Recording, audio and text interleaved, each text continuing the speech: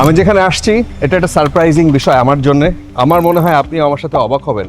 বাংলাদেশে এমন একটা প্রতিষ্ঠান তৈরি হয়েছে যেটা একই সাথে হোম মানে বাড়ি, একই সাথে হসপিটাল, একই সাথে হোটেল। ব্যাপারটা ঘটানো হয়েছে শুধুমাত্র প্রবীণদের জন্য, যারা বয়স্ক মানুষ, যারা 60-এর উপরে যাদের বয়স। এই প্রতিষ্ঠানটার নাম Japan Bangladesh friendship retirement Holmes and hospital. এটি ঢাকার ঠিক পাশে। আজকে আপনাদের যা দেখাবো সেটা আমার মতো আপনাদেরও চক্ষু চড়ক গাছ হবে, অর্থাৎ অবাক হবেন। আসেন।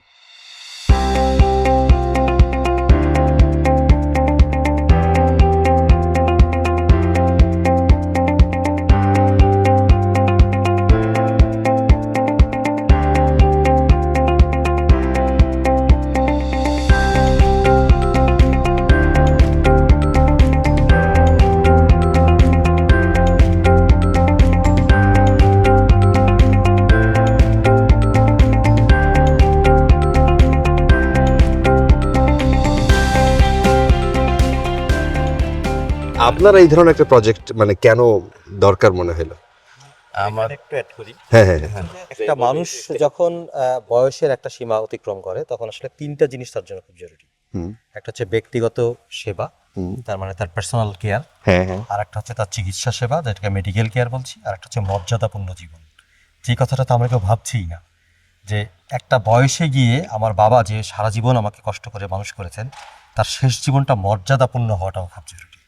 সেই দিকটা চিন্তা করেই বেসিক্যালি আমরা মানে আমাদের প্রতিষ্ঠানে আমরা যেটা করেছি যে এই তিনটা জিনিসের একটা চমৎকার সমন্বয় আমরা এখানে করার চেষ্টা করেছি। আচ্ছা। একটা হচ্ছে যে তার পার্সোনাল কেয়ার, একটা হচ্ছে তার মেডিকেল কেয়ার, আর হচ্ছে তার মর্যাদাপূর্ণ জীবন। আচ্ছা। এই তিনটার চমৎকার একটা সমন্বয় এখানে। আপনি যখন এই প্রতিষ্ঠানটা ঘুরে দেখবেন তখন দেখবেন যে তিনটার একটা চমৎকার এটা সমন্বয়। বোধহয় এক নজরে কিছু দেখা যায়, এটা একটু দেখাবেন? জি, আসেন। এইটা হচ্ছে আমাদের এন্টায়ার যে কমপ্লেক্স, এই কমপ্লেক্সের মাস্টার প্ল্যান, মাস্টার লেআউট। এই ডিজাইনটা করেছে আমেরিকান বেসড একজন আর্কিটেক্ট রাফিউল আলম পিন্টু, উনি ফ্লোরিডাতে থাকে। ওয়াশরুম থেকে শুরু করে কমন স্পেস থেকে শুরু করে একদম হাঁটার জায়গা, প্রত্যেকটা জায়গাকে উনি প্রবীণ বান্ধব করার চেষ্টা করেছে। সো আপনি এখানে দেখবেন আমাদের মাস্টার লেআউটে আমাদের 4টা রেসিডেন্সিয়াল বিল্ডিং আছে। আচ্ছা। আমাদের এইটা হচ্ছে সুরমা বিল্ডিং, যেটা আমরা রিসেপশন বলছি আর কি। আচ্ছা, আচ্ছা, রিসেপশন নিচে, উপরে এটা হচ্ছে সুরমা বিল্ডিং। তো আমাদের এই 4টা রেসিডেন্সিয়াল বিল্ডিং, 4টা আবার নিচ দিয়ে এবং উপর দিয়ে কানেক্টেড আপনি দেখতে পাবেন। আমাদের উপরের ছাদে যদি ওঠেন আপনার, আমি নিশ্চিত আপনার মন ভালো হয়ে যাবে। যে কোনো প্রবীণ নবীন সবার মন ভালো হয়ে যাবে। সেই আমরা বাগানটাকে, ছাদটাকে সেভাবে বাগান করেছি। তো সুতরাং এই 4টা বিল্ডিং এর মধ্যে আমাদের 232টা স্টুডিও অ্যাপার্টমেন্ট। 232টা স্টুডিও অ্যাপার্টমেন্ট। আচ্ছা। এগুলি প্রত্যেকটাই প্রবীণ বান্ধব। এগুলি সাধারণ অ্যাপার্টমেন্টের চেয়ে কিছুটা হলেও ভিন্ন। ছাদের একটা পার্ট আমরা বাগান করেছি, আরেকটা পার্টে হচ্ছে আমাদের হসপিস কেয়ার, পেলিয়েটিভ কেয়ার এবং লং টার্ম কেয়ারের জন্য আমাদের হসপিটাল সেট আপ আছে। এটা হচ্ছে আমাদের পুল সাইড বিল্ডিং। এখানে সুইমিং পুল, এখানে ওয়েলনেস সেন্টার আছে, পাশাপাশি হচ্ছে পুল সাইড বিল্ডিং। আচ্ছা। সো এটাই হচ্ছে আমাদের, আর এইটা হচ্ছে আমাদের গ্রিনারি বা ওয়াকওয়ে। আপনি এখানে যেন যে কোনো প্রবীণ সুস্থ সবল যিনি, তার মনটা যেন ভালো থাকে, প্রফুল্ল থাকে, তাকে অ্যাক্টিভ রাখার জন্য আমাদের পুরো প্রিমিসেসটা এই ওয়াকওয়ের মাধ্যমে এদিক দিয়েও কানেক্টেড। আপনি চাইলে সে পুরো প্রিমিসেস হাঁটতে পারে। এটা হচ্ছে আমাদের পুরো প্ল্যান। আর বাকিটা আসলে আমরা হয়তো হেঁটে হেঁটে আমি আপনাকে সরাসরি দেখাতে পারবো। যে জায়গার উপরে আমাদের এটা 10 বিঘার উপরে, 10 বিঘার চেয়ে কিছুটা বেশি আছে আর। আচ্ছা আচ্ছা, বাকিটা আমরা ঘুরে ঘুরে একটু দেখি। হ্যাঁ হ্যাঁ হ্যাঁ, শিওর শিওর। স্যার এখানে থাকে? হ্যাঁ, স্যার আমাদের এখানে আছে এবং sir is living a wonderful life. তাই? হ্যাঁ, আপনার ভালো লাগবে ও স্যার। ওয়াও, আমি এটা তো আমার জন্য সারপ্রাইজ। হ্যাঁ। প্রফেসর সিরাজুল ইসলাম স্যার এখানে আছেন, এটা সারপ্রাইজ। মানে আমি এমনি সারপ্রাইজড। মানে বাংলাদেশে আমি জাস্ট মানে শুরুটা এইভাবে করতে চাই যে বাংলাদেশে উন্নত বিশ্বে আমরা যে জিনিসগুলো দেখি, আমার কাছে সচক্ষে মনে হচ্ছে যে এই প্রথম বাংলাদেশে এসে আমি এটা দেখছি। আমি ঢাকার খুব বেশি দূরে আসি নাই, মনে হয় কুড়িল বিশ্ব রোড থেকে কয় কিলোমিটার হবে এটা? 13 কিলোমিটারের মতো হবে। 13 কিলোমিটারের মতো আসছি, তাও বাংলাদেশে মানে সবচেয়ে সুন্দর রাস্তা দিয়ে আসছি, 300 ফিট রোডের একদম মাথায়। সেই জায়গায় প্রবীণদের জন্য একটা আবাসিক এমন জায়গা, যেটা একটু আগে ভাই বলছিলেন যে মর্যাদাপূর্ণ একটা লাইফ, স্বাস্থ্যসম্মত একটা লাইফ, এবং মোটামুটি এই বয়সে এসে নিশ্চিন্ত থাকা যায় এইরকম একটা পরিবেশ তারা এখানে নিশ্চিত করার চেষ্টা করছে। সো আমরা আমাদের প্রবীণদেরকে, আমাদের বাবা মাকে ওইভাবে রেসপেক্টেড জায়গাটা রাখতে পারে না। তাদের যে স্যাক্রিফাইস, তাদের আমাদের জন্যে যেই কষ্ট, এবং আমাদেরকে তারা তো তাদের পুরো জীবনটা দিয়ে আমাদেরকে দিচ্ছে, কিন্তু আমরা এই লেভেলে এসে তাদের জন্য এভাবে চিন্তা করতে পারি না। চিন্তা করছেন আপনারা, সো কি করছেন এটা আমরা একটু দেখবো। মানে এটা আমার জন্য সারপ্রাইজিং। পল্লব ভাইয়ের সাথে অনেক গল্প হচ্ছিল। আরেকটা বিষয় জাস্ট আমি একটু মানে এখান থেকে বের হয়ে যাওয়ার আগে আরেকটা জিনিস অ্যাড করি। আর এটা তো গেল যে যারা পার্মানেন্টলি এখানে আমাদের এখানে থাকতে আসছেন, জি। এর বাইরেও কিন্তু আমাদের আরেকটা চমৎকার সেবা রয়েছে। আচ্ছা, সেটা হচ্ছে যে আপনি চান যে আপনার বাবা আপনার সাথেই থাকুক, আপনার ফ্যামিলিতেই থাকুন, এবং আপনার তাকে ম্যানেজ করার মতো ক্যাপাসিটিও আপনার উইদিন দ্য ফ্যামিলি আছে। হ্যাঁ হ্যাঁ, কিন্তু আপনি আপনার সন্তানদেরকে নিয়ে দেশের বাইরে ঘুরতে যাবেন, সিঙ্গাপুরে যাবেন 7 দিনের জন্য। আচ্ছা আপনার অসুস্থ বাবা মাকে আপনি ক্যারি করতে পারছেন না, তারা আপনার সাথে ভ্রমণ জন্য সক্ষম না, আচ্ছা, তা আপনি কার কাছে রেখে যাবেন? 7 দিনের জন্য আমাদের কাছে রেখে দিন, আমাদেরকে একটা ফোন করুন, আমাদের গাড়ি যাবে আপনার বাসা থেকে নিয়ে আসবে। আচ্ছা, এবং আমরা 7 দিনের জন্য তাকে আমাদের কাছে রাখবো, হ্যাঁ। তার সমস্ত কেয়ার আমরা নিব। আবার আপনি যখন সিঙ্গাপুর থেকে ফিরে আসবেন আপনার ফ্যামিলি নিয়ে, আমাদেরকে একটা ফোন দেন, আমরা আবার আপনার বাসায় পৌঁছে দিয়ে আসবো। মানে এই সেবাটি বাংলাদেশে একটা ইউনিক একটা সেবা আমরা নিয়ে এসেছি। তো এইটা একটা বিরাট কাজ হয়েছে। মানে এটা আমার মনে হয় আল্লাহ আপনাদেরকে অ্যাটলিস্ট এই ইসের কাজের ওসিলায় আপনাদেরকে মানে হ্যাঁ, আমি জানি না, থ্যাংক ইউ সো মাচ। আপনি আপনারা ধর্মীয় যারা দিকটার কথা বললেন, সেই জায়গা থেকে আমি আরেকটু অ্যাড করতে চাই, যেমনটা পল্লব সাহেব বলছিলেন। এখনকার বাংলাদেশের অনেক মানুষ আপনার এবার যে হজে যাবে, এই যে আগামী 2 মাস পরে হজ শুরু হবে, হজে যাবে, হজের সময়টা প্রায় 40 দিন। হ্যাঁ, অনেকেই এই সিদ্ধান্তটা নিতে পারে না সে তার বাবা মাকে কোথায় রেখে যাবে। সেই সময়টার পুরো তার বাবা মার পুরো স্বাস্থ্যের দায়িত্ব, ওনার জীবনের পুরো সময়টার দায়িত্ব আমরা নিচ্ছি। দেখে আসছেন এটা উইকলি বেসিসে, ডেইলি বেসিসে এবং মান্থলি বেসিসে থাকতে পারবে। আচ্ছা আচ্ছা আচ্ছা, ওয়াও, এটা কি রিসেপশন? এটা আমাদের রিসেপশন আর কি। এখানে প্রবীণদের লাউঞ্জ বসে থাকবে। সিনিয়ররা যখন সারাদিন একাকী যদি রুমে রেস্ট নিয়ে বিকালবেলার জন্য সবাই গ্রুপে গ্রুপে বসে গল্প করতে পারে, এরকম লাউঞ্জ আমাদের বেশ কয়েকটা আছে, 3টা লাউঞ্জ আছে। আচ্ছা আচ্ছা, এই জন্য আমাদের যারা রেসিডেন্ট তাদের কিন্তু 3 বেলা খাবার আমরা, কেউ যদি চায়, আমরা আমাদের সেন্ট্রাল কিচেন থেকে একদম আপনি দেখবেন আমরা প্রপার হাইজিন মেনটেন করে তার রুমে দিয়ে আসছি। সে খাওয়ার পরে তাকে আমাদের যে কেয়ার গিভার যদি থাকে, কেউ যদি কেয়ার গিভার নেয়, কেয়ার গিভার খাইয়ে দেওয়ার পরে আবার এই জিনিসটা প্রপারলি নিয়ে আসা হচ্ছে।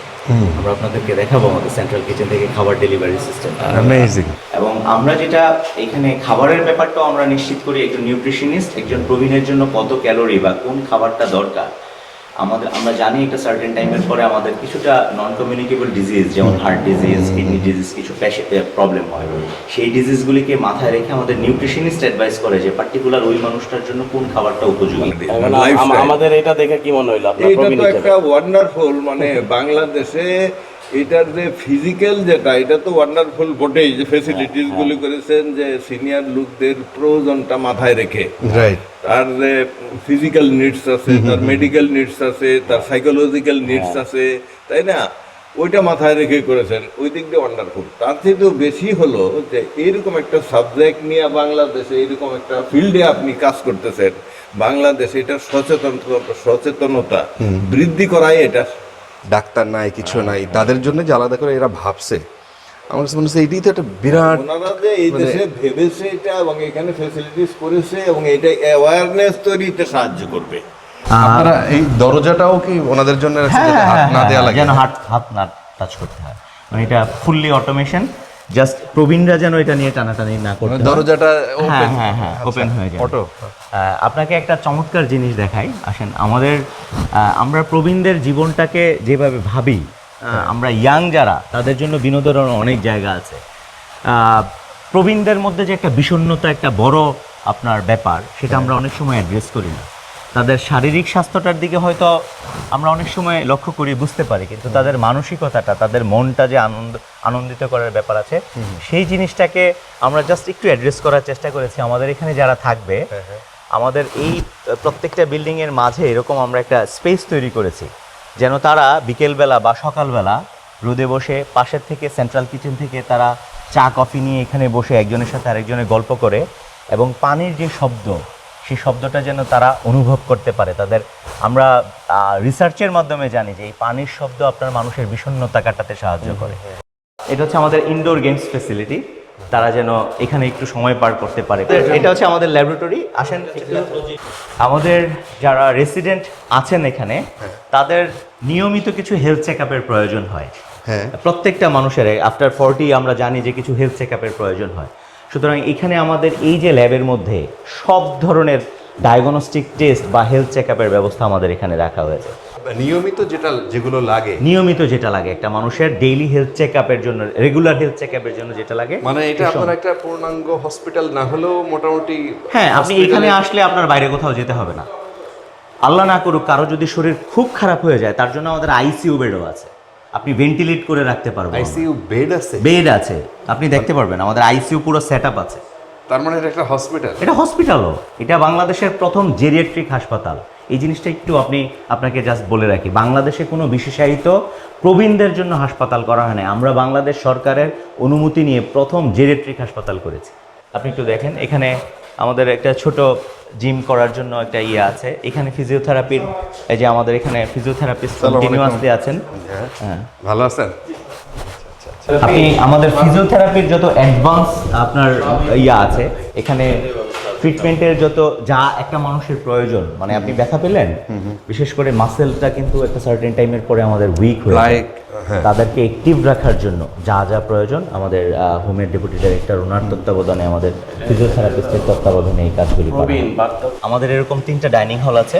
এই লিফটের ব্যাপারটা হচ্ছে এটা মানে কোথাও জার্ক করবে না, এটা স্পেশালি ইউরোপিয়ান, এটা যারা টেকনিক্যাল পারসন তারা খুব ভালো আপনাকে এই ছোট ছোট বিষয়গুলো আপনারা আমার প্রত্যেকটা জিনিস যেন প্রবীণদের জন্য কোনো ধরনের প্রবলেম না হয়, তার জন্য পেনিকের ব্যাপার না হয়, এটা স্পিড ওইভাবে ডিফাইন করা হয়েছে যেন প্রবীণদের জন্য এটা কমফোর্টেবল।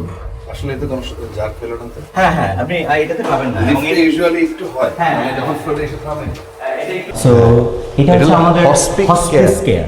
হসপিস মানে কি? হসপিস কেয়ার হচ্ছে এটা ঠিক হসপিটালের জন্য একটা মানুষের, বেডরিডেন মানুষের জন্য যে হাসপাতালের সাপোর্টটা দরকার হয়, কিন্তু এটা হাসপাতালে না ওরকম, কিন্তু সে হয়তো সারা জীবন তার বেডেই তার জীবনটা পার করতে হবে, তাকে যে লং টার্ম কেয়ার, দীর্ঘমেয়াদী একটা কেয়ারের মাধ্যমে রাখতে হবে, এটাকে বলে হসপিস। এটা হচ্ছে হসপিস কেয়ার। হসপিস কেয়ার এবং এর সাথে হলো এন্ড লাইফ কেয়ার, যেটা এটা একই সাথে এটা এন্ড অফ লাইফ কেয়ার, তার জীবনের শেষ মুহূর্ত পর্যন্ত এখানেই যেন সে কেয়ারটা পায়। শেষ মুহূর্তে মানুষের হয়তো সে উঠে দাঁড়াতে পারবে না, এটা নিশ্চিত, কিন্তু তার আকাশ দেখতে ইচ্ছা হয়, তার সূর্য দেখতে ইচ্ছা হবে, আমরা এই ব্যাগটাকে ছাদে নিয়ে যাওয়া যাবে। আপনার ছাদে নিয়ে চলে যেতে। ভ্যালিডেট করা না এমন কোন ইনস্ট্রুমেন্ট আমরা এখানে ইউজ করিনি। কার্পণ্য করা হয়। প্রত্যেকটা জিনিস মেডিকেলি ভ্যালিডেটেড এবং টপ নচ আপনার ইনস্ট্রুমেন্ট আমরা ব্যবহার করেছি। তারা একসাথে হয়ে বিকালবেলা চা খায়, গল্প করে, গান শুনে, কবিতা শুনে, মানে এই পুরো জায়গাটাকে আমরা খুব হ্যাপেনিং করে রাখি তাদের জন্য। প্রবীণদের জন্য নিয়মিত গ্রুপ থেরাপি দেওয়া হয়,